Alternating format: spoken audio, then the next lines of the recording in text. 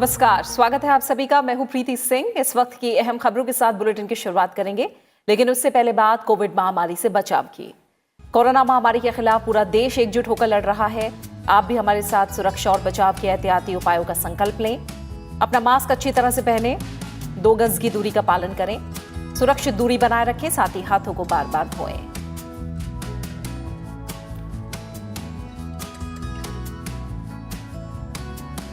और अब शुरुआत करते हैं मुख्य समाचारों के साथ। देश में बिना किसी भेदभाव के हर वर्ग तक पहुंच रहा है सरकारी योजनाओं का लाभ। अलीगढ़ मुस्लिम विश्वविद्यालय के शताब्दी समारोह में बोले प्रधानमंत्री नरेंद्र मोदी, देश के विकास को राजनीतिक नजरिए से नहीं देखने की अपील।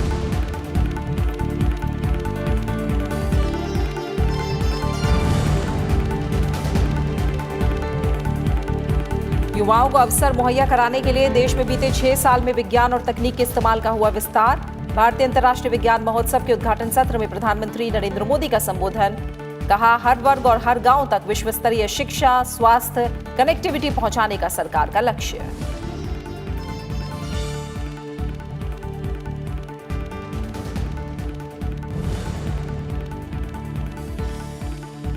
कृषि सुधार कानून के समर्थन में केंद्रीय कृषि मंत्री नरेंद्र सिंह तोमर से मिले किसान यूनियनों के प्रतिनिधि। किसानों की दशा और दिशा सुधारने के प्रयासों के लिए प्रधानमंत्री नरेंद्र मोदी का जताया आभार।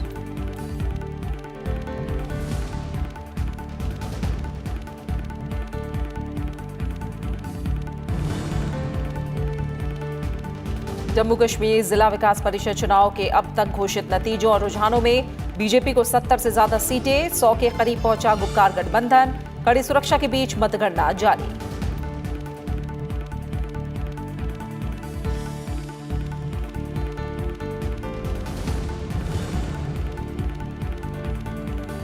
और कोरोना के मद्देनजर फरवरी 2021 तक नहीं होगी सीबीएसई की 10वीं और 12वीं बोर्ड की परीक्षाएं। केंद्रीय शिक्षा मंत्री रमेश पोखरियाल निशंक ने किया ऐलान। छात्रों, अभिभावकों और शिक्षकों की ओर से मिले सुझाव को ध्यान में रखते हुए फैसला।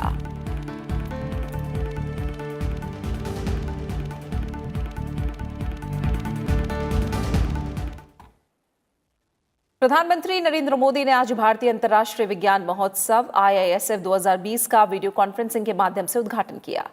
इस मौके पर उन्होंने कहा कि 3 दशक के बाद देश को नई शिक्षा नीति मिली। प्रधानमंत्री ने कहा कि शिक्षा क्षेत्र में जो बदलाव किए जा रहे हैं, इन्हें बढ़ावा देने के लिए अटल इनोवेशन मिशन शुरू किया गया।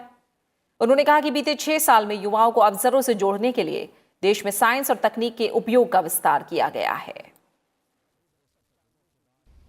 एजुकेशन सेक्टर में जो ये बदलाव किए जा रहे हैं, इनको कॉम्प्लीमेंट करने के लिए अटल इनोवेशन मिशन भी शुरू किया गया है।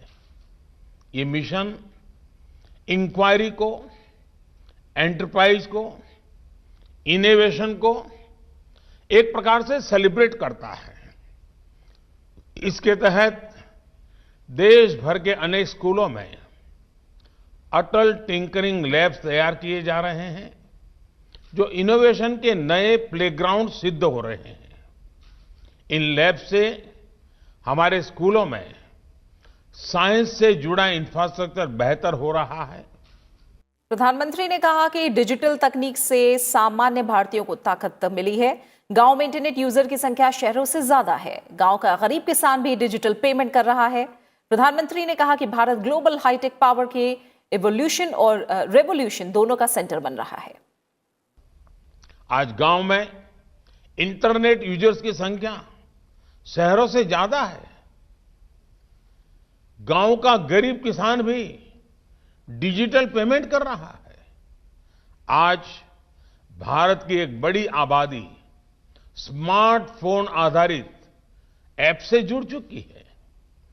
आज भारत ग्लोबल हाईटेक पावर के इवोल्यूशन और रिवोल्यूशन दोनों का सेंटर बन रहा है। प्रधानमंत्री ने कहा कि विज्ञान व्यक्ति के अंदर के सामर्थ्य को बाहर लाता है। हमारे वैज्ञानिकों ने कोरोना के खिलाफ लड़ाई में हमें बेहतर स्थिति में रखा है। विज्ञान व्यक्ति के अंदर के सामर्थ्य को, व्यक्ति के भीतर जो भी बेस्ट है, उसे बाहर लाता है। यही स्पिरिट हमने कोविड वैक्सीन के लिए काम करने वाले हमारे वैज्ञानिकों में देखी है। हमारे वैज्ञानिकों ने कोरोना के विरुद्ध लड़ाई में हमें आगे रखा है, बेहतर स्थिति में रखा है। प्रधानमंत्री ने कहा कि हाल में डिजिटल इंडिया अभियान का और विस्तार करने के लिए पीएम वाणी स्कीम की भी शुरुआत की गई है। इससे पूरे देश में सबके लिए क्वालिटी वाईफाई कनेक्टिविटी संभव हो जाएगी। हाल में डिजिटल इंडिया अभियान का और विस्तार करने के लिए पीएम वाणी स्कीम भी शुरुआत की गई है। इससे पूरे देश में पब्लिक स्पेस में सबके लिए क्वालिटी वाईफाई कनेक्टिविटी संभव हो जाएगी। इसका सीधा लाभ साइंस को भी होगा, क्योंकि देश के गांव का युवा भी दुनिया की बेस्ट साइंटिफिक नॉलेज को आसानी से हासिल कर पाएगा। अलीगढ़ मुस्लिम विश्वविद्यालय परिसर मिनी भारत की तरह है। वीडियो कॉन्फ्रेंसिंग के जरिए एएमयू के शताब्दी समारोह को संबोधित करते हुए प्रधानमंत्री नरेंद्र मोदी ने यह बात कही। उन्होंने देशवासियों से अपील की कि वो आत्मनिर्भर भारत के माध्यम से नया भारत बनाने के लिए एकजुट होकर आगे आए। प्रधानमंत्री ने इस मौके पर एक डाक टिकट भी जारी किया। एएमयू के शताब्दी समारोह को संबोधित करते हुए प्रधानमंत्री नरेंद्र मोदी ने कहा कि विश्वविद्यालय की विविधता न केवल इसकी बल्कि समूचे राष्ट्र की ताकत है। उन्होंने कहा कि सियासत और सत्ता की सोच से बहुत बड़ा, बहुत व्यापक किसी देश का समाज होता है। राजनीति इंतजार कर सकती है, समाज इंतजार कर सकता है, लेकिन देश का विकास इंतजार नहीं कर सकता। हमें समझना होगा कि सियासत सोसाइटी का एक अहम हिस्सा है, लेकिन सोसाइटी में सियासत के अलावा भी दूसरे मसले हैं। सियासत और सत्ता की सोच से बहुत बड़ा, बहुत व्यापक किसी भी देश का समाज होता है। पॉलिटिक्स के ऊपर भी समाज को आगे बढ़ाने के लिए बहुत स्पेस होती है। उस स्पेस को भी एक्सप्लोर करते रहना बहुत जरूरी है। ये काम हमारे एएमयू जैसे कैंपस कर सकते हैं, आप सभी कर सकते हैं। प्रधानमंत्री ने कहा कि सरकार की योजनाएं बिना किसी भेदभाव के हर वर्ग तक पहुंच रही हैं। जो देश का है वो हर देशवासी का है और इसका लाभ हर देशवासी को मिलना चाहिए। हमारी सरकार इसी भावना के साथ काम कर रही है। देश आज उस मार्ग पर बढ़ रहा है जहां मजहब की वजह से कोई पीछे न छूटे, सभी को आगे बढ़ने के समान अवसर मिले, सभी अपने सपने पूरे करें। सबका साथ, सबका विकास, सबका विश्वास, यह मंत्र इसका मूल आधार है। देश की नीयत और नीतियों में यही संकल्प झलकता है। आज देश गरीबों के लिए जो योजनाएं बना रहा है, जो बिना किसी मत मजहब के भेद के हर वर्ग तक पहुंच रही हैं।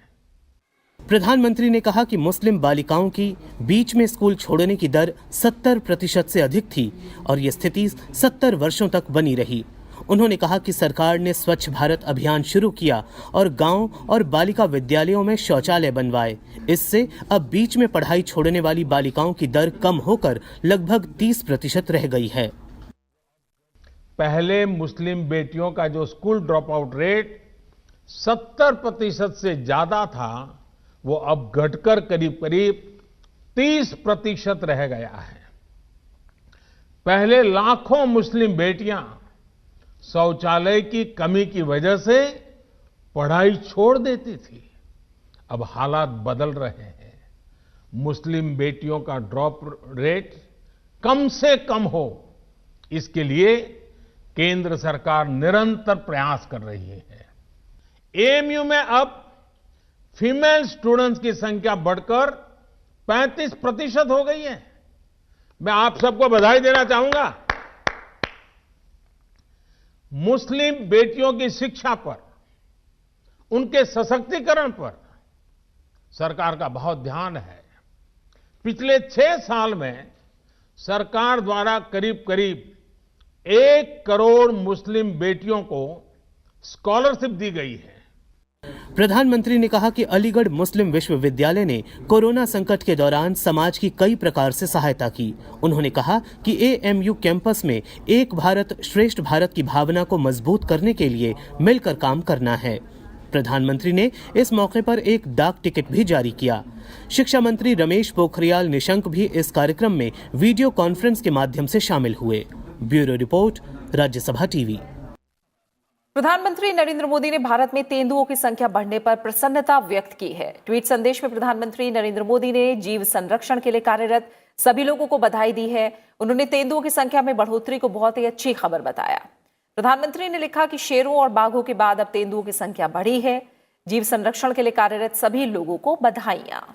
प्रधानमंत्री ने कहा कि हमें इन प्रयासों को कायम रखना है और ये सुनिश्चित करना है कि हमारे जीव जंतु सुरक्षित पर्यावासों में रहें।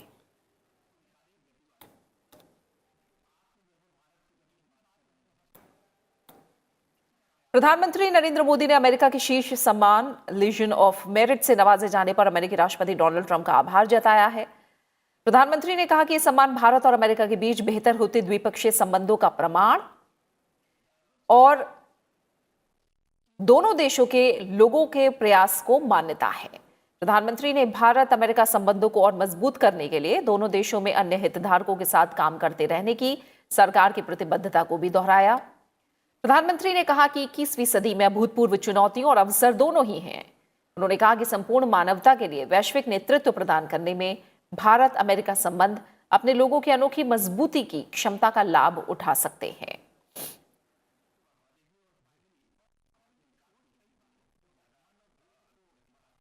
प्रधानमंत्री नरेंद्र मोदी को भारत और अमेरिका के बीच रणनीतिक साझेदारी को बढ़ावा देने और भारत के वैश्विक शक्ति के रूप में उभरने में उनके नेतृत्व के लिए लीजन ऑफ मेरिट पुरस्कार दिया गया है। अमेरिका में भारतीय राजदूत तरनजीत सिंह संधू ने प्रधानमंत्री नरेंद्र मोदी की ओर से यह पुरस्कार स्वीकार किया। अमेरिकी राष्ट्रीय सुरक्षा सलाहकार रॉबर्ट ओब्रायन ने व्हाइट हाउस में अवार्ड दिया। लीजन ऑफ मेरिट सम्मान अमेरिका के सबसे प्रतिष्ठित सम्मान में से एक है। यह अवार्ड केवल राष्ट्र अध्यक्षों या फिर सरकार को दिया जाता है। यह पुरस्कार उत्कृष्ट सेवा, कर्तव्यनिष्ठा और संघर्ष या गैर संघर्ष की स्थिति में निष्ठा दिखाने के लिए दिया जाता है। प्रधानमंत्री नरेंद्र मोदी के अलावा ऑस्ट्रेलिया के प्रधानमंत्री स्कॉट मॉरिसन और जापान के पूर्व प्रधानमंत्री शिंजो आबे को भी लीजन ऑफ मेरिट सम्मान से नवाजा गया। ये दोनों देशों के राजदूतों ने यह सम्मान ग्रहण किया।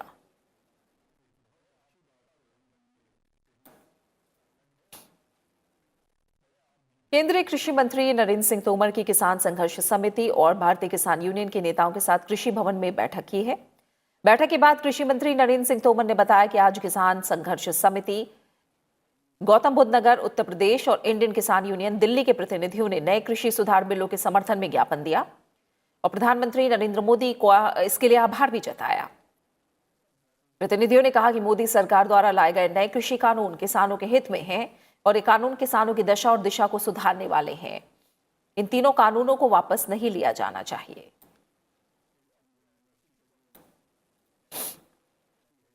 आज अनेक किसान यूनियन के पदाधिकारीगण आए थे और उनकी ये चिंता है कि सरकार बिलों में कोई संशोधन करने जा रही है।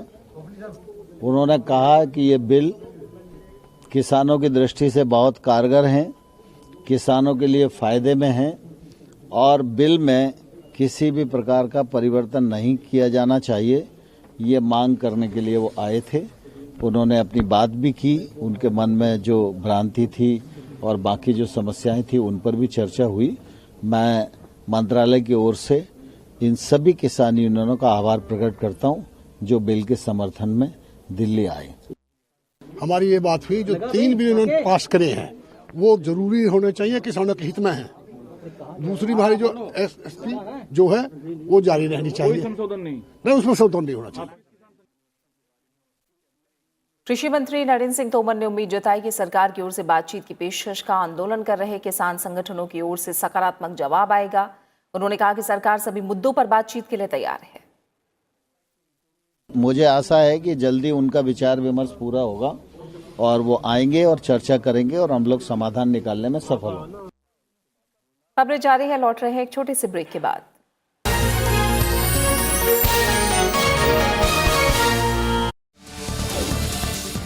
देखिए देश देशांतर रात 8:30 पर सिर्फ राज्यसभा टेलीविजन पर।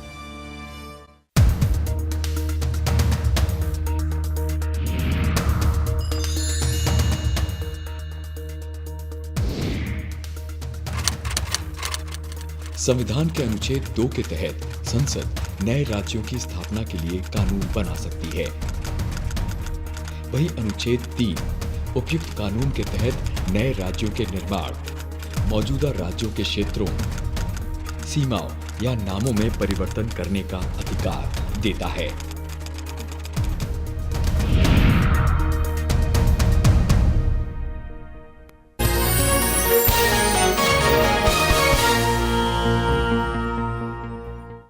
आगामी आम बजट को लेकर केंद्रीय वित्त मंत्री निर्मला सीतारमण की प्री बजट बैठकों का दौर जारी है। निर्मला सीतारमण ने केंद्रीय बजट 2021-22 के सिलसिले में आज कृषि और प्रसंस्करण उद्योग के जाने माने विशेषज्ञों से बजट पूर्व विचार विमर्श किया। बैठक में वित्त सचिव डॉक्टर ए बी पांडे, आर्थिक मामलों के विभाग में सचिव तरुण बजाज, मुख्य आर्थिक सलाहकार केवी सुब्रमण्यम समेत कई वरिष्ठ अधिकारी भी शामिल रहे। ये 13वीं पूर्व बजट बैठक थी। इससे पहले वित्त मंत्री ने बुनियादी ढांचा, ऊर्जा और जलवायु परिवर्तन क्षेत्र के विशेषज्ञों और वित्तीय पूंजी बाजारों के प्रमुखों, बड़े उद्योगपतियों, उद्योग और वाणिज्य संघों, श्रम संगठनों और अन्य के साथ बैठक की है और केंद्रीय बजट के बारे में उनकी राय जानी है।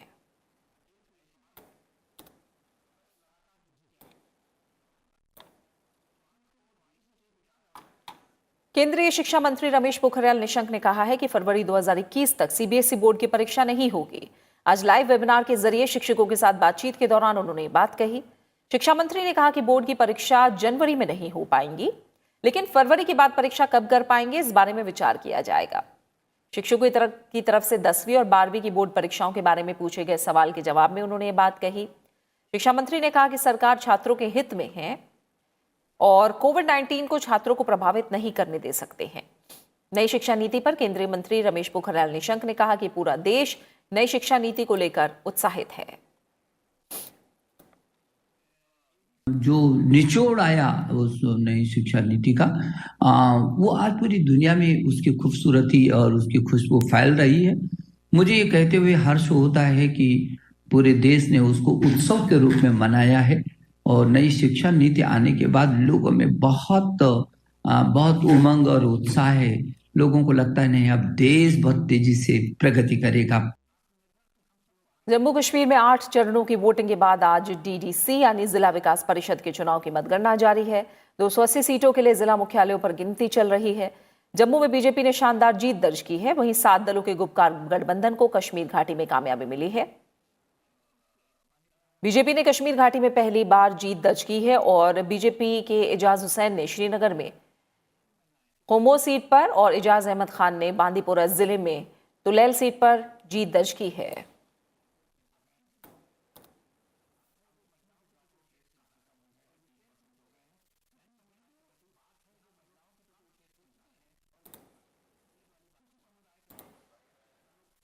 देखिए, जो हमारी पार्टी है उनका हमेशा यही है, सबका साथ, सबका विकास और सबका विश्वास।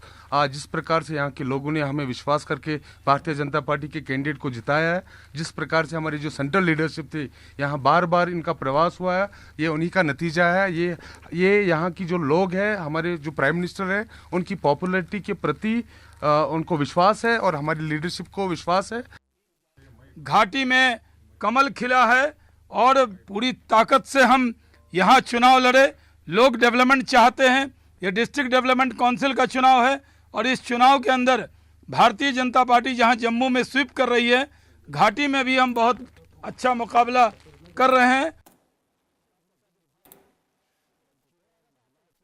अब तक घोषित नतीजों और रुझानों में बीजेपी को 70 से ज्यादा सीटें, गुपकार गठबंधन को 100 के करीब सीट मिलती दिख रही हैं। अब तक घोषित नतीजों में बीजेपी को 34, नेशनल कॉन्फ्रेंस को 33 सीट मिल चुकी हैं। वहीं 28 सीटों पर निर्दलीय उम्मीदवारों को जीत मिली है। पीडीपी को 17, कांग्रेस को 12 और जेकेएपी को 7 सीटों पर जीत मिल चुकी है।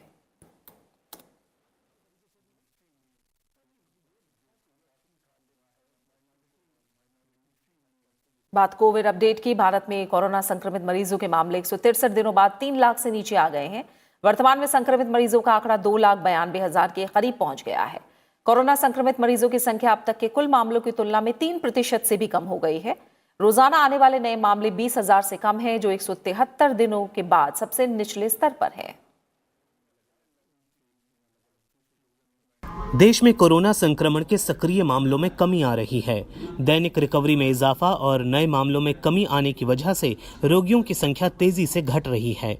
स्वास्थ्य मंत्रालय के मुताबिक भारत में रिकवरी दर 95.65% तक पहुंच गई है और स्वस्थ होने वालों की कुल संख्या बढ़कर 96,36,000 से अधिक हो गई है। फिलहाल देश भर में 19,556 नए केस सामने आए हैं, जिसे मिलाकर देश में अब तक कुल संक्रमित मामलों की संख्या बढ़कर 1,75,00,000 हो गई है। पिछले 24 घंटे में कुल संक्रमित मरीजों की संख्या में 11,121 मामलों की गिरावट दर्ज की गई है। बीते एक दिन में 30,376 मरीज स्वस्थ हुए हैं। पिछले 25 दिनों से लगातार कोविड के नए मामलों की तुलना में संक्रमण से मुक्त होने वाले लोगों की संख्या अधिक रही है। सक्रिय मामले घटकर 2,92,518 हो गए हैं। देश में कुल सक्रिय मामले 2.9% रह गए हैं। वर्तमान में देश में मृत्यु दर 1.45% है। पिछले 24 घंटे में देश में 301 लोगों की मौत के साथ अब तक कोरोना से मरने वालों की संख्या 1,46,111 हो गई है। एवरेज डेली डेथ ये भी अगर पिछले 7 सप्ताहों का देश में देखें तो इसमें भी काफ़ी गिरावट आई है। 4 नवंबर के सप्ताह में 556 मृत्यु प्रतिदिन औसतन दर्ज होती थी, जो कि अब घटकर 343 हो गया है। जैसा कि हम लगातार राज्य सरकारों को और संघ शासित क्षेत्रों को कहते हैं, हमारा उद्देश्य है कि कोविड की जो मोर्टेलिटी रेट है वो 1% या उससे कम लाई जाए। वर्तमान में ये 1.45% है। ICMR के मुताबिक देश में कल 10,72,000 से ज्यादा नमूनों की जांच की गई। इसके साथ ही अब तक कुल 16,31,70,000 से ज्यादा नमूनों की जांच की जा चुकी है। Bureau report, Rajya Sabha TV. स्वास्थ्य मंत्रालय के मुताबिक ब्रिटेन में फैल रहे कोरोना वायरस के नए प्रकार से बीमारी की गंभीरता पर असर नहीं पड़ रहा है और न ही इससे मृत्यु दर बढ़ रही है। वायरस का यह नया प्रकार लोगों को तेजी से संक्रमित करने वाला है। स्वास्थ्य मंत्रालय की साप्ताहिक प्रेस वार्ता में नीति आयोग के सदस्य डॉक्टर वी.के. पॉल ने कहा कि ब्रिटेन में दिख रहे कोरोना वायरस के नए स्ट्रेन जैसे मामले भारत में अब तक नहीं मिले हैं। इसे लेकर परेशान होने की जरूरत नहीं है, बल्कि इसके लिए कड़ी निगरानी रखने की जरूरत है।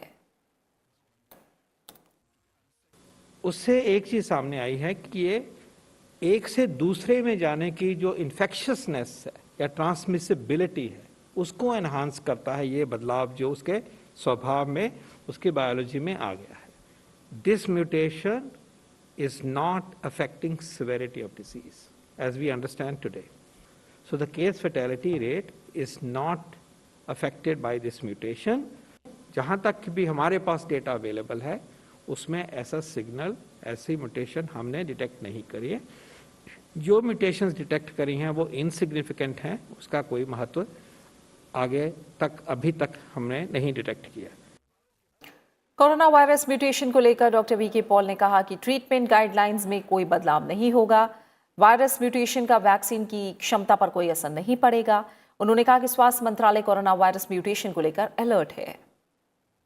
एक तो हमारी लेबोरेटरीज में जो भी और वायरस के सैंपल्स आए हैं, रिसेंटली आए हैं, उनको जेनेटिक सीक्वेंसिंग के लिए प्रायोरिटाइज करके काम कल से शुरू हो गया है, और भी तेज गति से और एक्सटेंसिव तरीके से। और इसमें हमारे जो CSIR हैं, हमारे ICMR हैं, हमारे DBT हैं, वो सब जुड़ गए हैं।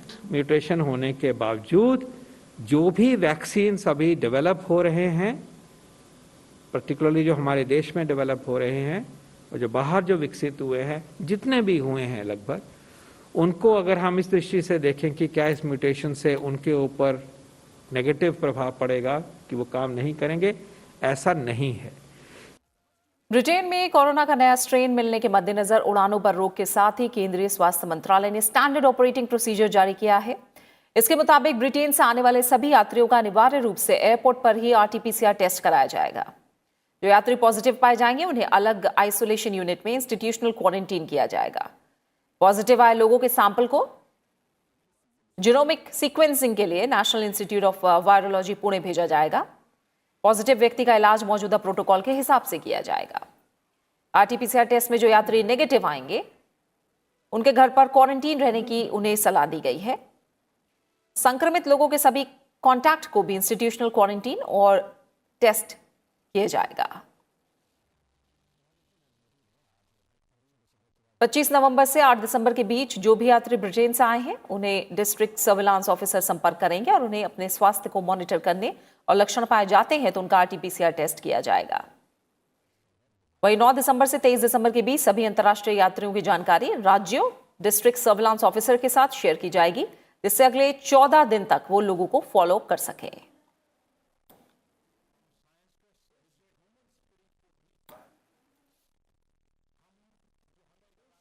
उपराष्ट्रपति एम वेंकैया नायडू ने जाने माने गणितज्ञ श्रीनिवास रामानुजन को उनकी जयंती पर श्रद्धांजलि दी है। ये दिन राष्ट्रीय गणित दिवस के रूप में मनाया जाता है।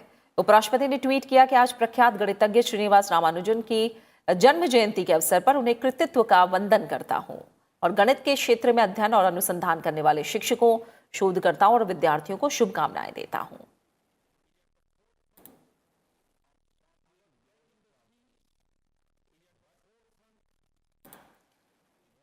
सूचना और प्रसारण मंत्री प्रकाश जावड़ेकर ने भी श्रीनिवास रामानुजन को श्रद्धांजलि अर्पित की है। उन्होंने राष्ट्रीय गणित दिवस पर देशवासियों को शुभकामनाएं दी हैं। प्रकाश जावड़ेकर ने अपने ट्वीट संदेश में कहा कि महान गणितज्ञ श्रीनिवास अयंकर रामानुजन की जयंती पर उन्हें कोटि कोटि नमन और राष्ट्रीय गणित दिवस की सभी को हार्दिक शुभकामनाएं।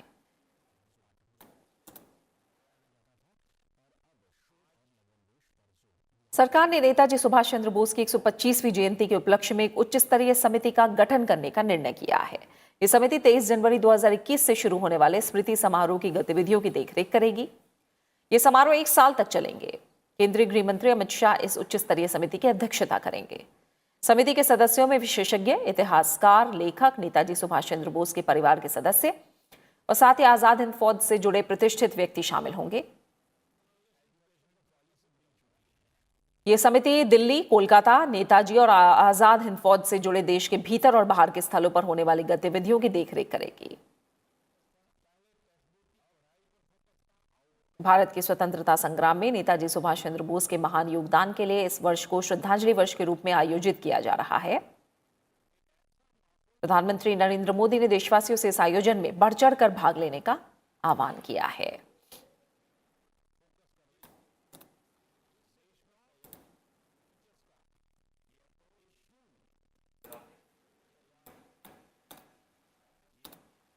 और इसी के साथ फिलहाल इस बुलेटिन में इतना ही, लेकिन चलते चलते एक बार फिर आपसे अपील। कोरोना महामारी के खिलाफ पूरा देश एकजुट होकर लड़ रहा है। आप भी हमारे साथ सुरक्षा और बचाव के एहतियाती उपायों का संकल्प लें। अपना मास्क अच्छी तरह से पहने, 2 गज की दूरी का पालन करें, सुरक्षित दूरी बनाए रखें, साथ ही हाथों को बार बार धोएं। अपना अच्छे से ख्याल रखिए और मुझे दीजिए इजाजत। नमस्कार।